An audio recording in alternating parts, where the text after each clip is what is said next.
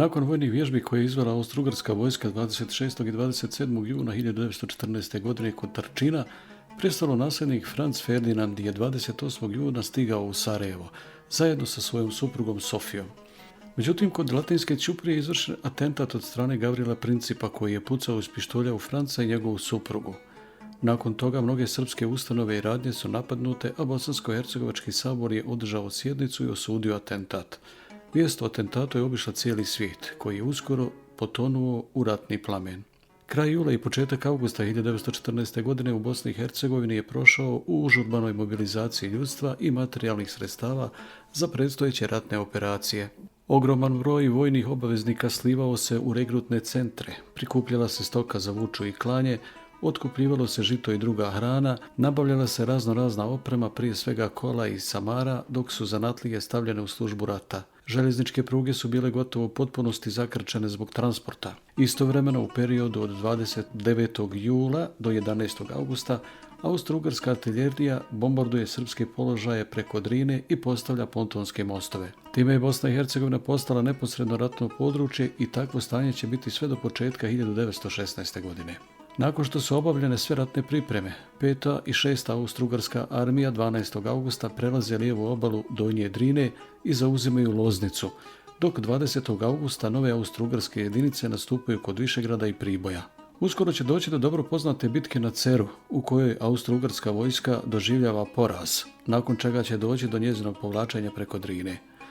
Prodor srbijanskih i crnogorskih snaga od Višegrada do Foče izazvao je masovni bijeg muslimanskog stanovništva, dok ih je pravoslavno dočekalo kao oslobodioce. Takvo ponašanje prouzrokovalo je represivne mjere, pa je nakon povlačenja crnogorske vojske kod Foče uapšeno 180 Srba, od kojih je 71 osoba streljana, dok su 24 odvedene u logor u Arad.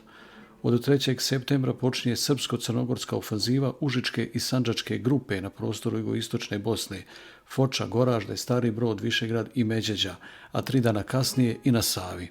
Zadatak je bio da se prodre do Sarajeva i doline rijeke Krivaje. Austro-ugarska vojska ih je uspjela na kratko zaustaviti 8. septembra, da bi u novom naletu Sandžačka grupa 25. septembra zauzele planinu Jahorinu, a potom početkom oktobra ovladati Romanijom. Užička grupa je zauzela Višegrad, Han Pjesak, Sokolac i prekinula cestovnu komunikaciju Sarajevo-Vlasenica. Istovremeno prve crnogorske jedinice dolaze do Kozije ćuprije na ulazu u Sarajevo. Nastupila je teška situacija pa je austro-ugarska vojska prebacila dodatne trupe i 4. oktobra krenula u kontraofanzivu napadom na Užičku grupu.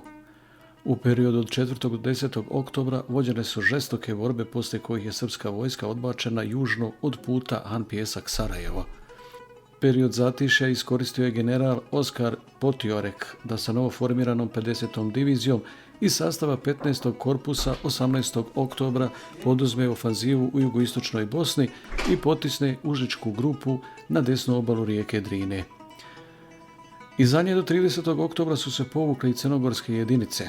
U novembru 1914. godine austro-ugarske jedinice pokreću novu ofanzivu te zauzimaju Valjevo i Beograd, a potom doživljavaju težak poraz u bitci na Kolubari, te se još jednom moraju povući. Od tog perioda pa sve do zajedničke ofanzive centralnih sila u oktobru 1915. godine Bosna i Hercegovina je bila frontalno područje i tek nakon zauzimanja Srbije i Crne Gore postaje ratno zaleđe. U periodu dok je Bosna i Hercegovina bila poprište ratnih operacija, veliki broj stanovništva je morao napustiti svoje domove i biti evakuisan. Nakon što je austro-ugarska vojska doživjela poraz u bitci na Ceru i počela da se povlači iz Sandžaka, za njom je krenulo oko 9000 Bošnjaka. Istovremeno bježalo je i bošnjačko stanovništvo iz Višegrada, Foče i Čajniča, koje se smjestilo na sigurno područje unutrašnjosti zemlje. Nakon sloma srpsko-crnogorske ofanzive u novembru se vratilo 26.448 osoba. Međutim, uskoro je uslijedio novi napad pa su sa ovih područja ponovo morala biti evakuisana. Sredinom januara 1915. godine broj izbjeglica je iznosio 46.000. Broj je i dalje rastao pa je u ljeto 1915. godine iznosio 104.000. Tek u jesen iste godine, kada je zauzeta Srbija i Crna Gora, stvoren je uvjet za njihov nesmetan povratak. Obzirom da je tokom ratnih operacija uništeno i oštećeno oko 15.000 stambenih objekata, pristupilo se izgradnji obnovi stambenih blokova Ipak, do kraja 1916. godine još uvijek je bilo 3221 potpuno uništen i 1644 jače uništen objekat. Smirivanjem situacija i prestankom direktnog ratnog djelovanja otpočeo je čitav niz političkih procesa, uglavnom protiv Srba.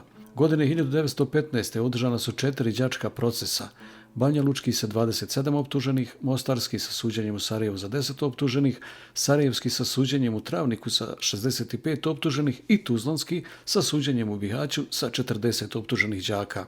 Nakon pronalaska obavještajne arhive srpskog oficira Koste Todorovića u Loznici krajem augusta 1914. godine otpočeo je najveći veleizdajnički proces održan u Banjoj Luci protiv 156 Srba.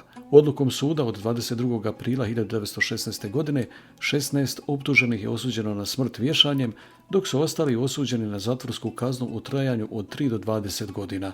Intervencijom sa strane smrtna kazna je ublažena doživotnom robijom.